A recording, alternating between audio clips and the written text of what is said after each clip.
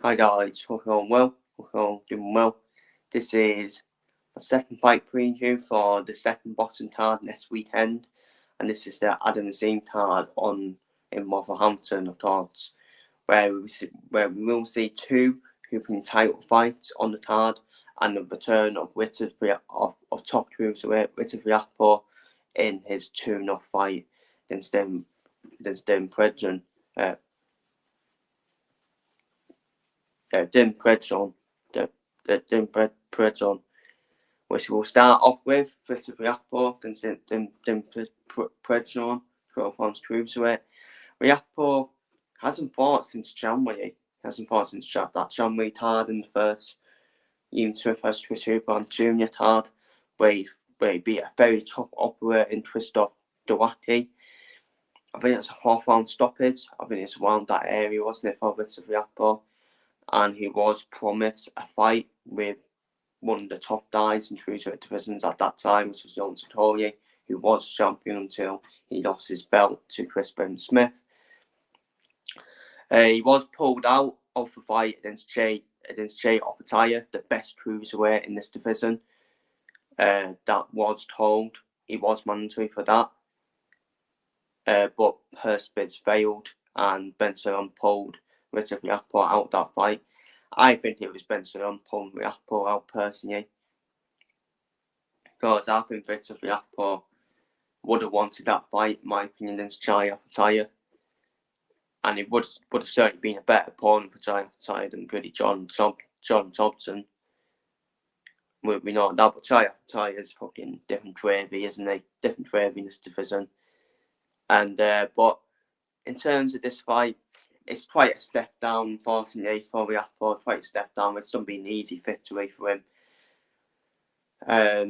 Quite a step down, but it's not his fault. Not his fault. It's his promoter, really, that is picking these opponents for him. I think there's too many excuses for Petitjean from his promoter. By the way, I'm not getting Riapo. I think Petitjean is ready to fight these top guys, and he said he's ready to fight them in 2024. The Crud's match with Jon Satori, you all remember the red carpet at Creed 3 when both of them were falling on the carpet. And obviously the title shot, maybe a second fight with Chris Smith, but this time for a world title. Maybe the title fight might come on as well. But for me, as with this fight, I think it's going to be an easy win for Petitjean, and I think it'll be the same again. I think, despite it's not been active since January, since the start of the year, I thought Azim beat this pure comfortably on points. Petitjean will do the same, but I think Riapo will get a stoppage win here, and I'm going for a 4th-round stoppage win for Petitjean. But it's good to see Petitjean back in action, as he is a top cruiserweight. Up next is the chief support for the EBU hooping middleweight title. Matteo Sinani, the Italian, 44 years old now. 44 years old, I think he is. Up against Tayo Denny. And for me, I think Ayres plays a part in this. And I think Benson's been quite clever here. Whose opportunity for Tayo Denny, who is probably expected to win this fight, for the hooping middleweight title. If this was Sinani from 10 years ago, it's a more tougher fight. But people say, well, I'm not being funny, Ayres doesn't really matter where he does it, because you have to say he's in the heavyweight division, 40 years old. And he's got unbelievable power. The unbelievable power is not fucking knocking out your choice. So, but who knows? But I don't think it will be a stoppage though in this fight. I think Tayo Denny will just try and outbox him, but I think Sinani will get comfortably outboxed. I think it's going to be a dominant performance from Tayo Denny. He is capable to stoppage, but I'm going to go for Tayo Denny to win this on points by a 10-point decision and become EBU hooping middleweight champion. Ayres plays a part for me. And Tayo Denny will be more will have more energy about him as well, more stiffness about him as well. And I think Ty Denny comfortably outbosses Sinani to win the hooping middleweight title. So Ty Denny on points for me. And finally, on to the main event. Franck, bear with me, Franck Petitjean, if I pronounced it right.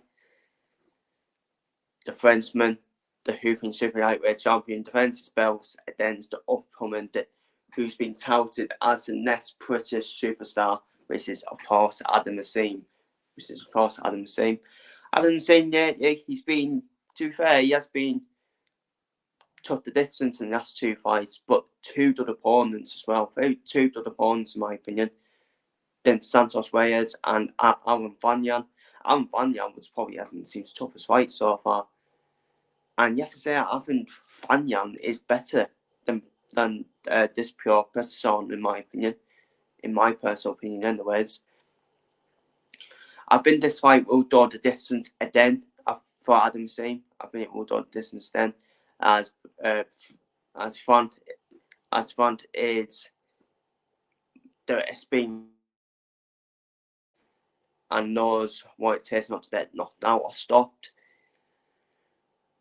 But there could be a stoppage in this fight, I say, because Petitjean